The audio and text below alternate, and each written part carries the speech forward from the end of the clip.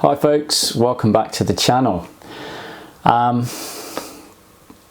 Today we're going to be doing a review video on the AIRRIDE system. So this isn't going to be like the usual videos, there's no clever camera stuff or whatever. This is just me talking to a camera. Not something I thought I'd be doing on the channel, but actually, you know, a lot of questions that get put to me, etc., about the things I've bought and that I'm using. Sometimes this is really helpful for you guys.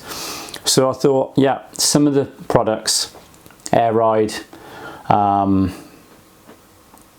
you know, the headlamps, the LED lights, things that actually you don't really sort of get to grips with just looking at on a camera.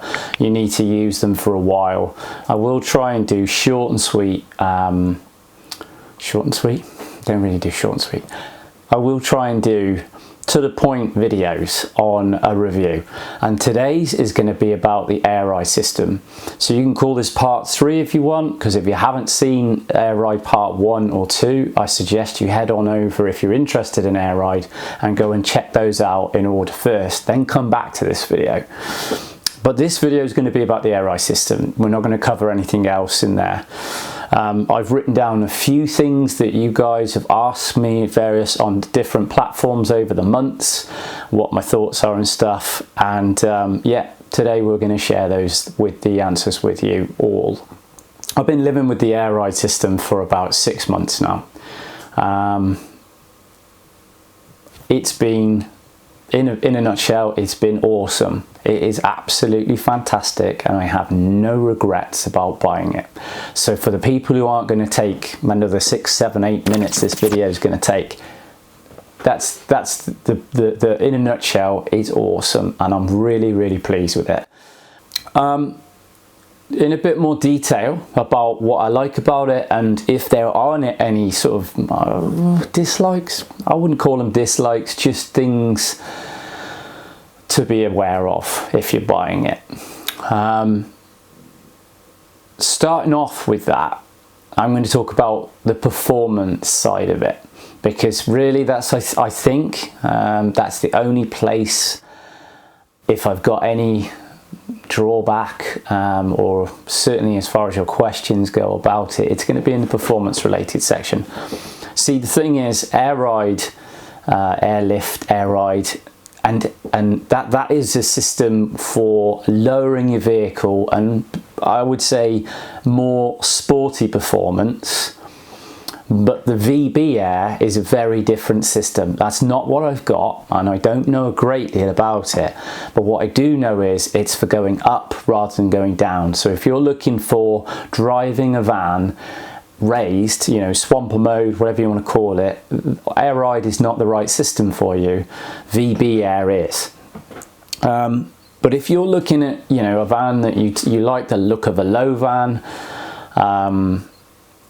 yet it's probably going to be a bit impractical for day-to-day use and stuff because of the lows and the bumpers and the roads, and you know, anything you might come around a corner and all of a sudden forever on the forum, poor people in their vans are getting their splitters busted off, parking injuries, whatever it is. I've had it before AIRRIDE. I had it. I'm on splitter number 2. And I thought, I'm not even going to get into 3 and 4, I'm going to get AIRRIDE. So the perk of that is you turn a corner and you can just air up real quick. I mean, if you watch the earlier videos, certainly part 1, you'll see the actual system that I've got. But for people that are new here and not going to do that, I've gone with the ABP Bilstein pressure system 3P. From AIRRIDE Airlift.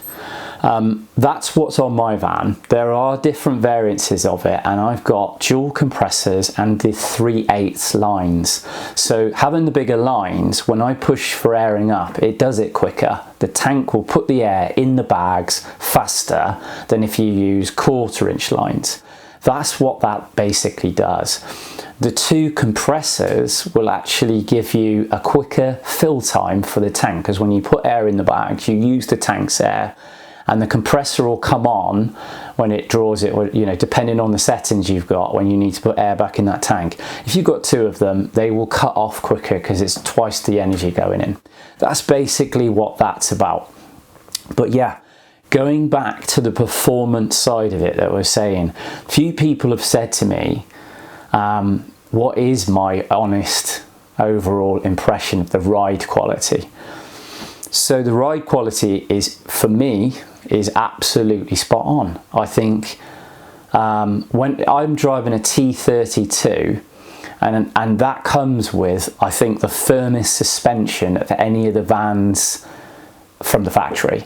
So I was a bit kind of, when I took delivery of it, I was like, whoa, this is firm anyway. You know, the potholes or the drains, even on the stock wheels, were like, poof. I thought, geez, this is firm. Now that's because it's all uprated, it's the thickest springs, and you know, everything on a T32 is as big as it's going to be from the factory because it's designed to carry more weight. So I don't think that the AIRRIDE system is different on a T30 or 28 in terms of the performance it delivers, because the air naturally takes care of the problem I'm just putting to you, the firmness. But it is a different spring set, not spring, what am I talking about? It's a shock absorber.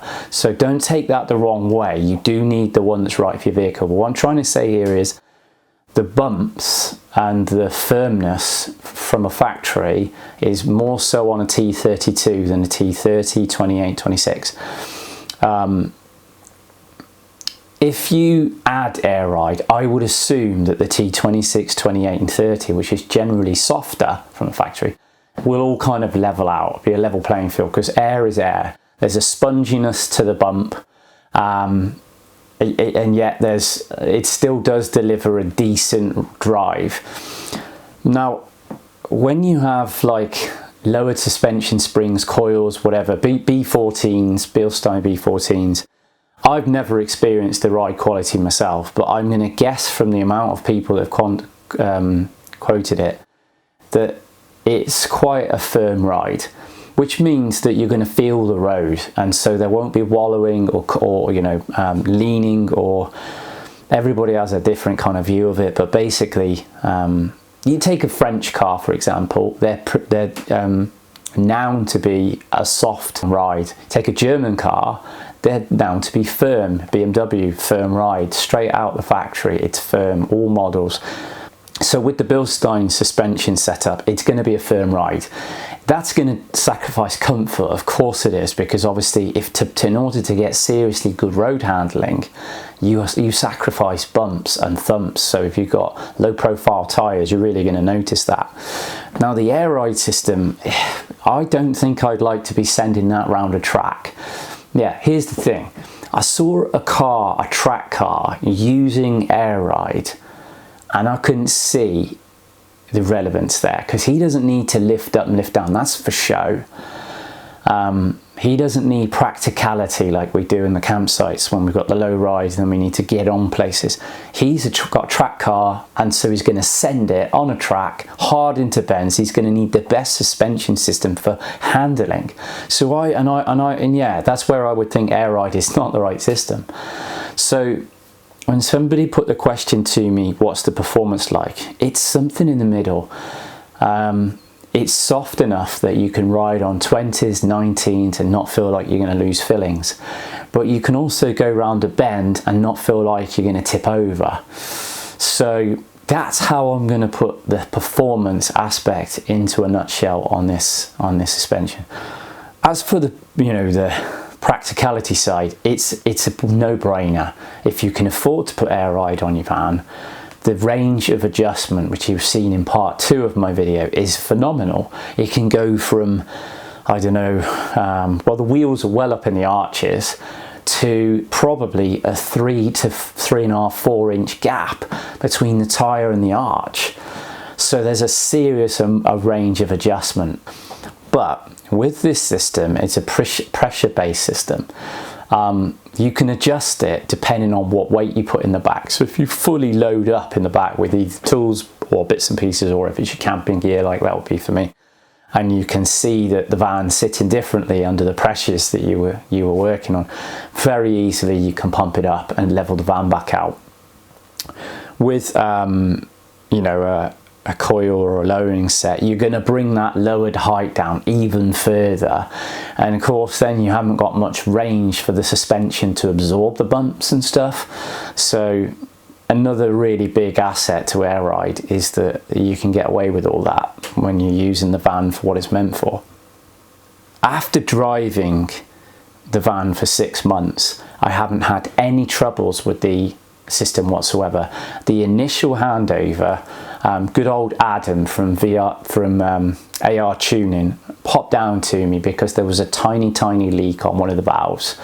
To be honest, the way I had to leave late on the Friday night, I didn't really give the guys the adequate time to give it a second once over and stuff like that, so it's cut to be expected. But after that day, the system's been holding the pressure and it's given me no issues whatsoever. I use it fairly regularly, so I do pretty much air down at night so that it can't be stolen.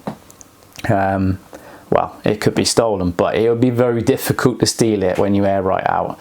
And the wheels are a bit safer because you just can't get jack under the thing, let alone get a wheel out. And longevity wise, I do think this system is worth the money. Some of the other things that have come up over the weeks, and I've answered those individuals, but to put this out there a bit more broadly, somebody asked me about towing. I tow a trailer. It was cool to be able to just put another 5 psi in the back, so I could sort of sit the trailer how I wanted it for the journey, and then when I get to the campsite, I unhitched, left the trailer there for the week, and just pushed a button, and the van is back in its normal ride height. So that's good. It performed real well with the towing. If you've got heavy things, this system's designed to cope with that. You know, lorries run on air systems for this reason, that there's a decent tolerance to the weight. Someone asked me about the app, and yeah, the app is I haven't had much use for the app. Certainly not to show off with it, but I tell you where it has come in handy, which I didn't really see coming. When you do want to make an adjustment to the suspension for whatever reason, stuff in the back, or you're just looking at it and, you know, adjusting it to get it just how you want, right, until you're really happy, the phone can be really handy to actually stand outside the van and see the levels that you're adjusting. So there's something that the app is handy for. The campsite thing, you know, about turning up with the ride height I now have, it's lower than it ever was. And on that note, I actually had, there's a big thing here. I didn't have the four-wheel alignment done, and I did trash some brand new tyres in absolutely no time at all, because in fairness, the van was last set up on its stock ride height, and then I'm driving it a heck of a lot lower than that. Now I have had it done since, because I obviously noticed the inside of the tyres were wearing heavily, and I destroyed a set in only 1,200 miles, to be honest. I got some new set of tyres, took it straight into a garage local to me and did a four-wheel alignment on it, and there was one hell of an adjustment made, and now it's really good. Not only do I feel good that it's wearing the tyres more evenly, you can actually feel it again now. Not that I noticed before, but now the steering at low speeds feels even better. So definitely don't go off and not get your wheels aligned after having the system in. Find your, have a couple of weeks to find your ride height and see where you drive normally, then take it in straight away, because otherwise you'll trash your tyres. Yeah, so going with that, because of my general ride height being quite low, I've pulled down a couple of roads where there was this driveway, for example. I turned up to do a survey somewhere, and the drive had a step, and I wouldn't have been able to get up on it, but aired up to preset high, carried on driving, same on the way out. And that's just awesome, because there you are, right, with your van. If you're on static, you've either got to find somewhere to decamp and leave it, or you're going to take the front off, you're going to take your splitter off, or whatever you're going to do. So you go down roads where you don't know what you're going to come up against, and it is so convenient to be able to push that button. Really worth it for that, because it has already played a part. We went on we haven't been able to go anywhere this year because we were locked down. I think we've done 2 trips, very short trips, but on the Cornwall trip, which I recently posted, we did need to use it because we went down a road to go to this rocky place, and there was no turning back.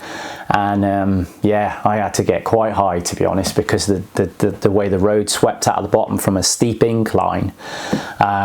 And also there was this other, I turned down the wrong road and I was trying to find a beach and got screwed in traffic, and if it weren't for AIRRIDE, I think I'd have got the whole thing stuck. I'd have bottomed out. So yeah, it's really handy for that when you don't know when you're out of your town, if you want, or you're touring.